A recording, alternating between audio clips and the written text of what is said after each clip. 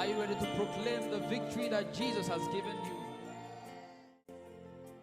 Il y a des gens qui fonctionnent dans leur mariage selon les principes, d'autres principes qui ne sont pas les principes de Dieu. Ne nous trompons pas par des faux raisonnements à croire que parce que je suis marié, je suis chrétien, peu importe comment, et puis on rafistole un peu dans notre couple, dans notre mariage, sans respecter les principes que Dieu a établis dans le mariage. Ça, c'est vraiment, on est en train de se tromper par des faux raisonnements. Le mariage est l'union du mariage est tellement combattue, mais tellement combattue. Tellement combattue, je ne sais même pas quel mot je peux utiliser. Au point où l'ennemi trafique et il met dans les cœurs des hommes tellement de faux principes, au fait. Sournoisement, serpent qui paraît sage aux yeux des hommes, mais c'est pas mal. J'ai une responsabilité dans mon foyer, je ne veux pas de problème. Il ne faut pas que je dise ça à ma femme ou à mon mari pour qu'il y ait la paix. Mais quelle paix? Qui est la source de cette paix? Ce n'est pas Dieu. Ce semblant de paix n'est pas celle de Dieu. La paix véritable viendra lorsqu'on sera dans le respect des lois de Dieu. En pratiquant ce que Dieu a dit. La fusion, pour aller droit au but à cette question, qui est tellement important, il n'y a pas que Lionel qui vient de parler qui est concerné par ça. Je pense que nous tous, ou encore nos amis qui ne sont pas là, à qui je vais vraiment vous demander de les inciter à suivre l'atelier parce qu'on va vous les diffuser. On est en train d'enregistrer par la grâce de Dieu. Il va falloir les inciter à écouter. Il n'y a pas que Lionel qui est dans ce cas. Beaucoup de couples ont du mal parce qu'il y a des faux principes en quoi ils ont cru, sur la base de quoi ils fonctionnent dans leur mariage. Et ce qui génère beaucoup de frustration, beaucoup de douleurs, simplement parce que ce n'est pas la pensée de Dieu.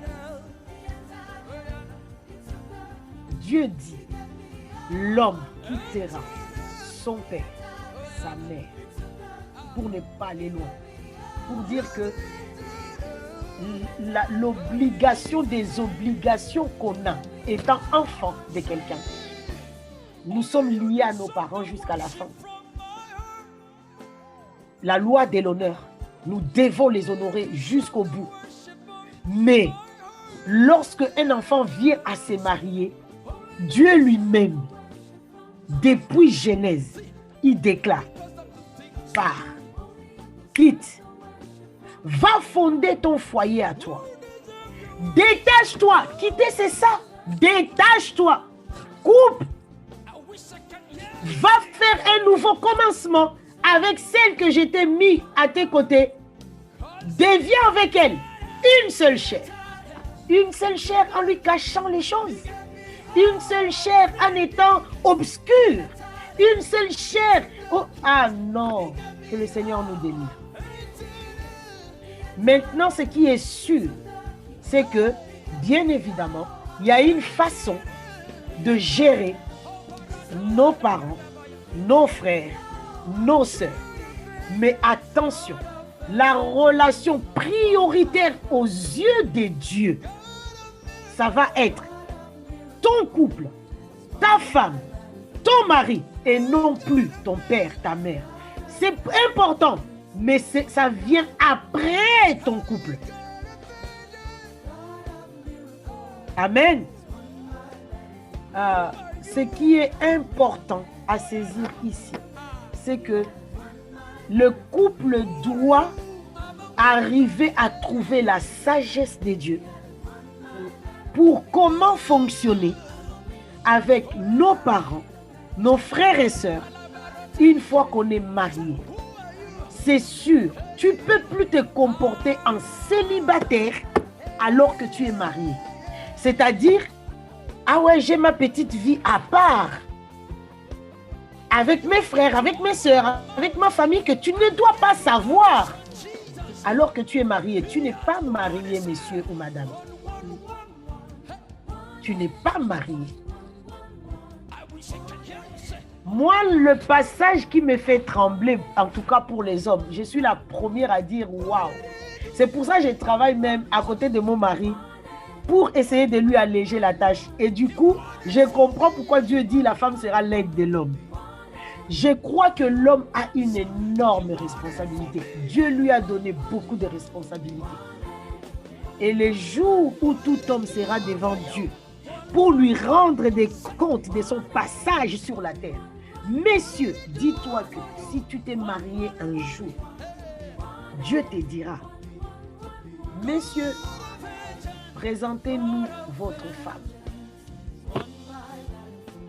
Ça veut dire que au tribunal de Christ là, un homme qui a été marié sur la terre, la question te sera posée. Montre-nous l'état de ta femme. Comment tu en as pris soin? Dans quel état elle est? Est-ce que cette femme-là, parce que dans le monde spirituel, rien ne sera caché. Hein?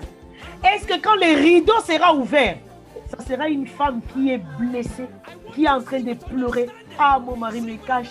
Ah, mon mari fait des choses derrière mon dos. Ah, mon mari me considère comme si j'étais rien. Il me dit rien. Il fait des choses de son côté. Et machin. Alors qu'elle a été appelée. Vous savez, la notion d'aide. Quand Dieu dit, il sera ton aide.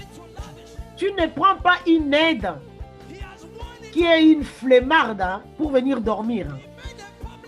Vrai ou faux? Ouais. Tu vas engager quelqu'un pour t'aider et la personne c'est un fatigué malabar, pas possible, il n'a pas de force et tout. Est-ce que c'est une aide ça? Non. La notion, quand on parle de notion d'aide, ça veut dire que la personne qui vient m'aider est censée avoir la même force que moi ou plus de force que moi pour m'aider. Vrai ou faux? Ouais. C'est ça la femme à côté de l'homme.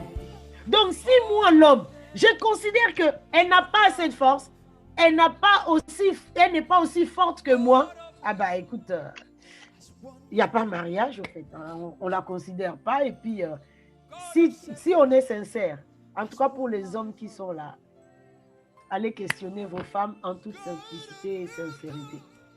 Comment tu te sens dans la relation avec toi, avec moi? Est-ce que tu te sens valorisé? Est-ce que tu te sens estimé? Est-ce que tu te sens honoré? Elle te dira. Amen. On va pas véhiculer les mêmes pensées comme tu as là. On ne m'avait pas appris que le mariage était vraiment une fusion de l'âme et qu'il y avait beaucoup de travail. Tu vois pourquoi on dit qu'il y a beaucoup de travail au niveau de l'âme? Parce que je dois accepter de valoriser l'autre. Je dois accepter de mourir à moi-même. Je dois accepter de quitter mon père et ma mère. Je dois accepter. Et bien évidemment, parce qu'on est fusionné, je dois mettre carte sur table. Madame, voilà ce qu'on gagne. Nous avons chacun 2 familles. Tu es venu d'une famille, je suis venu d'une famille. Mais nous sommes devenus une seule chair. Maintenant, on est quand même des enfants de Dieu. On ne peut pas regarder nos familles comme ça et nos parents passer à côté comme si rien ne s'est passé. On doit les aider. La fusion veut dire que vous devez réfléchir ensemble. Vous devez discuter ensemble. Qu'est-ce qu'on fait pour chaque partie pour les aider? La famille de l'un n'aura pas forcément le besoin de la famille de l'autre. Peut-être que la famille de madame aura besoin que de 100 €. La famille de monsieur aura peut-être besoin de 200 €. Ou l'inverse. Mais ça là, on les met en place d'un commun accord parce que nous sommes un. Personne de nous deux ne le fait derrière le dos de l'autre. Amen. Amen. On fait ça derrière le dos de l'autre, on vient de casser l'unité. Et pour casser l'unité, on a ouvert une porte à l'ennemi.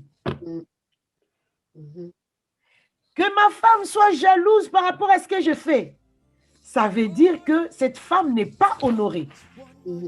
La première personne sur la terre que un homme doit honorer, c'est sa femme. En public et en privé. Quand elle se trouve au milieu de tes frères, qu'elle se sente distinguée. Amen. Qu'elle se sente valorisée. Amen. Qu'elle se sente, voilà, je suis aimée. Je suis portée. Elle ne crée rien. Elle sait que... Amen, amen. Et c'est comme ça qu'il y a une confiance qui va naître. L'unité va se renforcer. Aïe, aïe, aïe. Bon, je vous envoie dans les liens d'une publication qu'on a fait. La femme est porteuse de vie. Le diable a réussi à enfermer les hommes dans leur piège. Au fait, à ne pas écouter leurs femmes, à dévaloriser leurs femmes, à faire des choses bizarres selon des principes qui viennent vraiment de l'enfer. Amen. Et du coup, quand l'homme marche dans ça, l'homme oublie que dans le principe établi par Dieu, la femme est la matrice que la femme a, c'est pas seulement pour concevoir les enfants biologiques. Non.